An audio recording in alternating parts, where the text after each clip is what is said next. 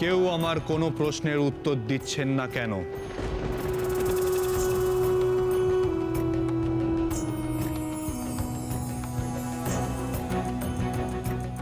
কুমার বিনায়ক কোথায়?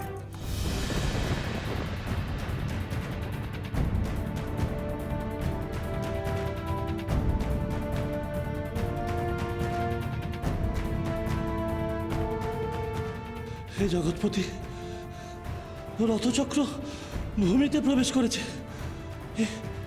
এই চক্র উত্থিত করা সম্ভব নয়।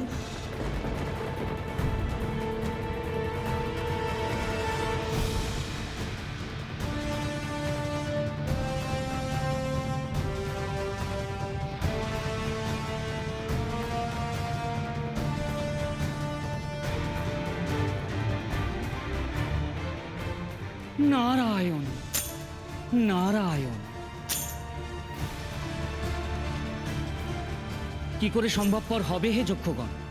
দেবগণ নিজেরাই সে পথ রোধ করেছেন।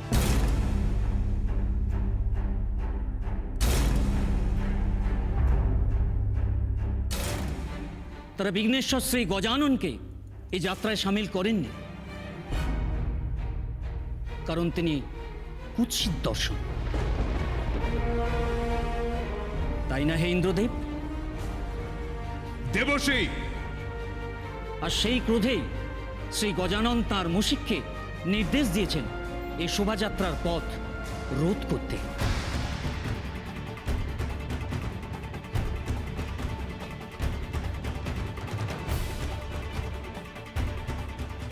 মুশিকই অন্দর থেকে ভূমি উত্থিত করেছে। এ দোষ আপনার হে ইন্দ্রদেব। শ্রী গণেশ জানলেন কি করে যে দেবগণ তাকে পরিত্যাগ করেছেন? এ নিশ্চয়ই আপনার কার্য দেবশ্রী। চিরকাল স্থানে স্থানে আপনি কলহ সৃষ্টি করেন। এই কারণে আপনার উপস্থিতি সর্বত্র বিঘ্ন সৃষ্টি করে। আপনি সঠিক বলেছেন মিত্রদেব। এ দোষ আমাদের নয়, এ দোষ আপনার।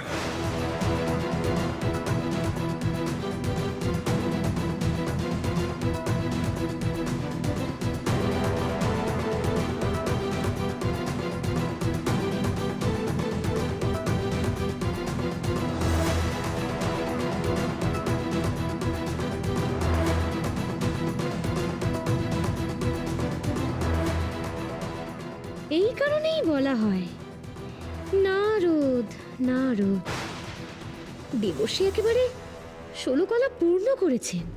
লগ্ন থাকতে থাকতে কোনো অবস্থাতেই এই শোভাযাত্রা মণ্ডপে পৌঁছবে না।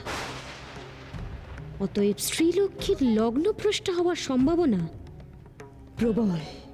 জয় শনিদেবের জয়। আপনার বক্রদৃষ্টি বজায় রাখুন হে শনিদেব। লগ্নের মধ্যে যদি বিবাহ না হয় তাহলে সে কন্যা কুমারী থাকে। শ্রীলক্ষ্মীর ভাগ্যেও যেন তাই হয়। দেবী, এই প্রথমবার আমি তোমার শরণাপন্ন হলাম।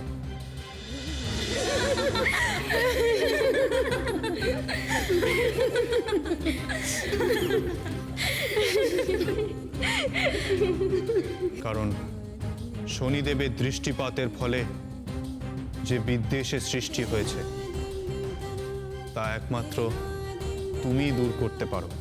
দেবী, শ্রীহরি আজ তোমাকে দেখে চোখ সরাতেই পারবেন না। কারণ তুমি জগতের লক্ষ্মী শ্রী সৃষ্টি করো। এই বিপদ থেকে রক্ষা করো আমাদের। শ্রী, তুমি এখনই ধ্যান যোগে নারায়ণকে স্মরণ করো। তুমি তার হৃদয়ে বাস করো।